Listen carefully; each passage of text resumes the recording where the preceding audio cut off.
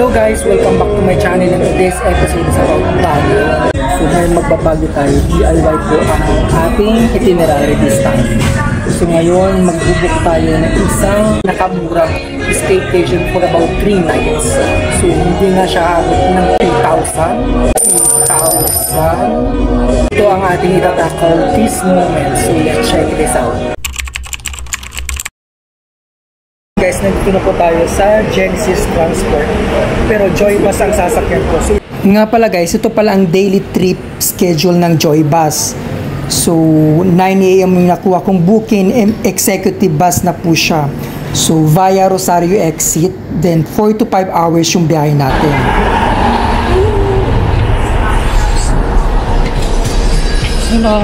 So ito guys yung 2C. So dito tayo upo sa police na ito. So bale guys, yung upuan dito is 2x1. So napili ko is 1 kasi maaga akong nag-book. So may CR din po guys doon sa dulo. So yun guys, nakasakay na tayo. So I'm ready, I'm so excited kung anong mangyayari doon for about 4 days. So kung titingnan, medyo pricey guys yung pamasahe for 4 hours na biyahe. So ang maganda naman dito is very fast, tsaka point to point po at expressway po ang daan nito. So one good thing na maaga kayo nagbubook ng reservation is makakapili kayo ng seat, whether solo or may kasama kayo. So ito napakaganda na po. So malapit po siya sa unahan, and then mag-isa lang po. So very convenient ang gantong biyahe kasi within 4 to 5 hours so nandun na tayo. So siguro mga by 1 or before mag 2, so makakagala pa tayo guys sa lugar na yon.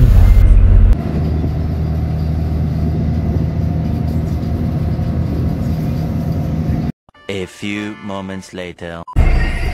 So guys, nandito na tayo sa Baguio.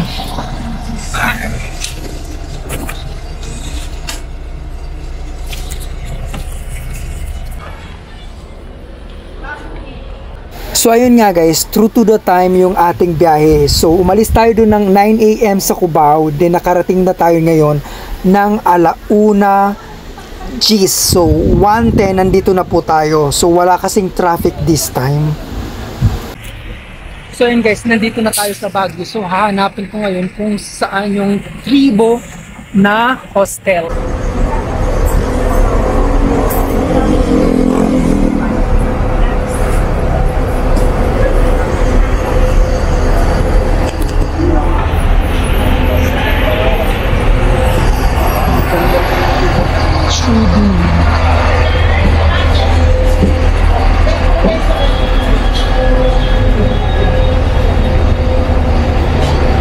So na-notice ko guys, ang nakakatuwa dito is napakalapit ng terminal sa hostel na yon. Ito pala guys ang University of Cordilleras. Ang laki din pala.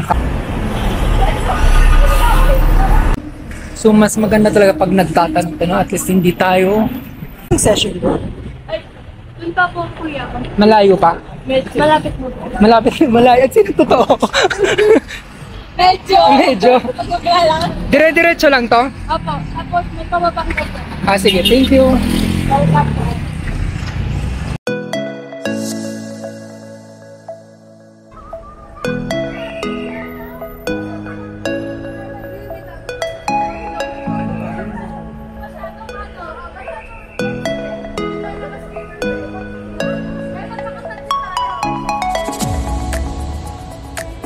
So boys, ito tama na ito yung session.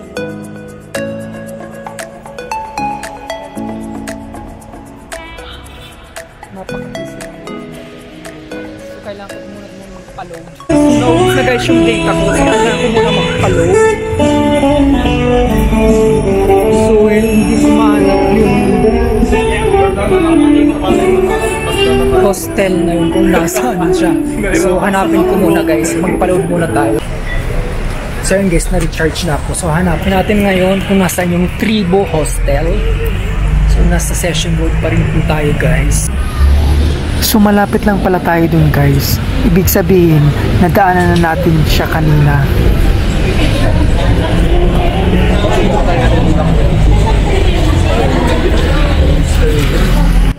So ayun guys, tamang-tama pala yung booking ko from 9 AM. So about 1 or 2 PM ng hapon nandito na tayo kasi Ang check-in ko pa doon sa accommodation is around 3 p.m. So saktong-sakto talaga yung mga schedule na nakuha ko.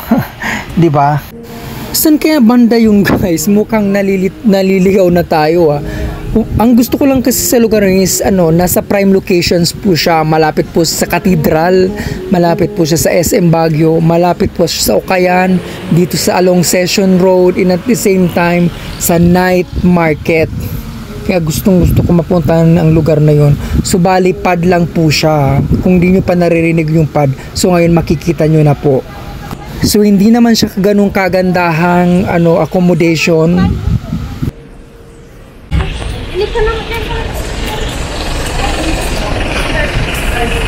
So ito pala guys yung karatula, napakaliit kasi kaya hindi naman talaga makikita. Napagod tuloy ako eh. But anyway, so pasukin na natin ang lugar na to.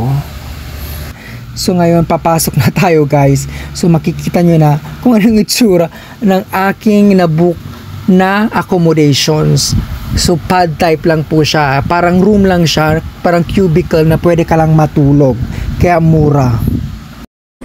Tree hostel. Lagi.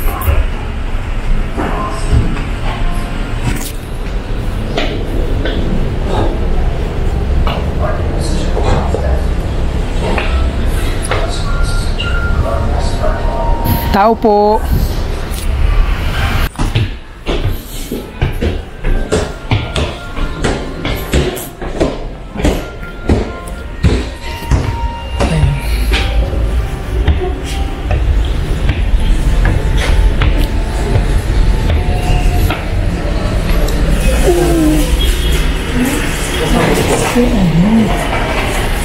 May reservation. Yes. Ano pangalan po? Alvin. Suka.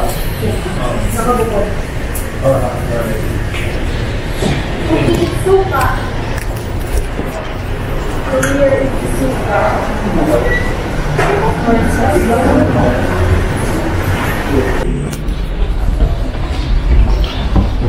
Ang tagal ko hinanap to, buti nagmap ako. Kasi tinuturo ako doon sa may mga souvenir shop. Afternoon po.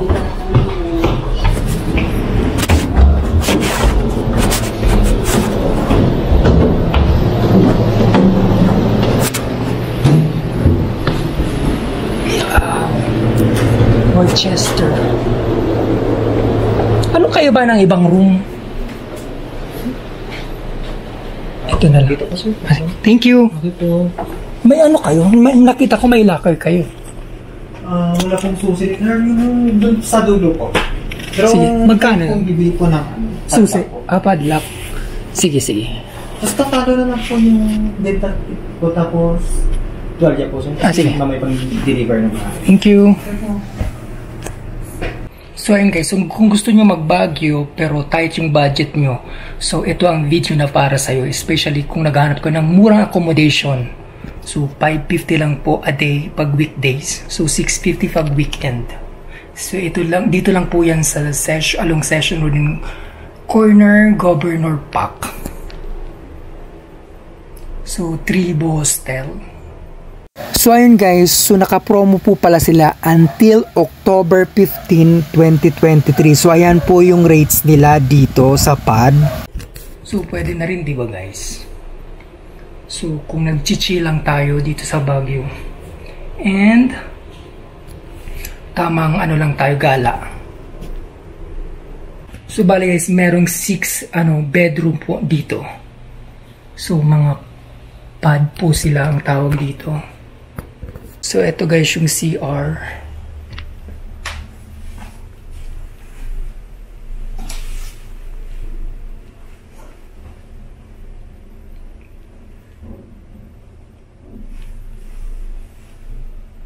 So pwede na. Itong nakasabit atag to guys, ito yung towel na sinasabi nila na may kasamang kit, dental kit. So ayun guys, sa 550 binayaran nyo na per night, so may kasama pong kit dito. So dental kit, may toothpaste, saka may toothbrush, then may kasama na rin pong towel. So meron din guys palang kasama isang maliit na sabon na pampaligo. So ayan guys. So pwede na rin. So eto guys yung house rules. Then yung map dito sa loob. Tapos yung mga rooms dito sa Worcester na tinuluyan ko. Ayan guys. Tapos yung locker. Kaso kailangan kayo magpo-provide ng padlock. So ayan guys. Maliit lang po siya pero komportable man naman po siya. Mas gusto ko nga ang ganito kaliit lang oh. So ang maganda dito guys, hindi siya ganun kalamig sa place na to, pero may aircon po dito sa room na to. Kung gusto nyo may aircon or naiinitan pa kayo, so pwede nyo paanda rin yung aircon. So akit po tayo dun sa workstation kung saan sa lobby na tinatawag nila kanina. So may workstation po nung katabi ng lobby. So hindi ko po nakita kanina pagpasok natin. So nagbibigay po sila ng code para sa laptop na or sa wifi connection hanggang sa dito kayo nag-i-stay. So pwede nyong gamitin po yung voucher na yon. So eto guys yung view niya.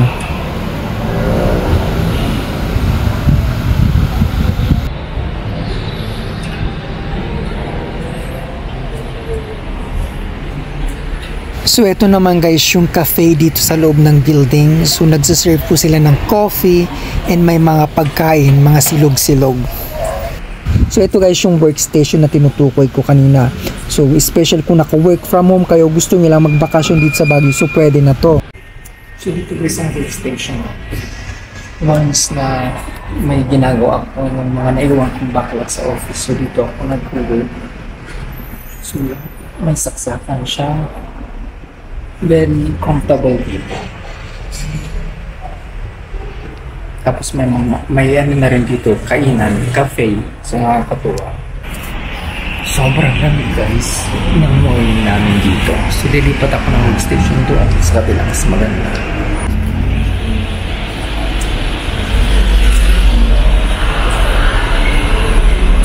Kasi medyo may ano siya, sunshine. So dyan lang po banda yung SM City Baguio. So napakalapit lang guys, walking distance lang dito sa hostel na to. So which is nakakatuwa din kasi kung gusto nyo mag-shopping or maglibang dun sa taas ng SM kasi isa yun sa pinakamataas ditong park.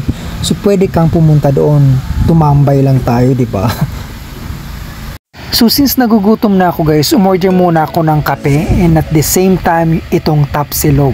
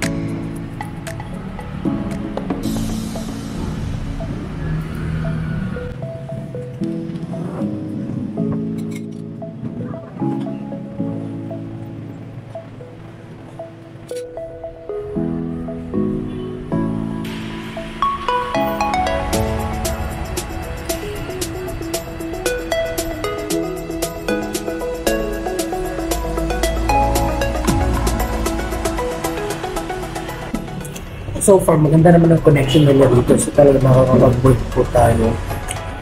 Siguro Starlink ang gamit nila. May nakita ko itong box, so maganda po yung speed. So one good thing guys about solo backpackers is may enjoy mo yung time, hassle-free at hawak mo yung oras kung kailan ka gigising at gagala. So ang maganda guys dun sa chinek-inan ko is malapit po siya sa SM Baguio, and at the same time sa dulo po siya ng Session Road.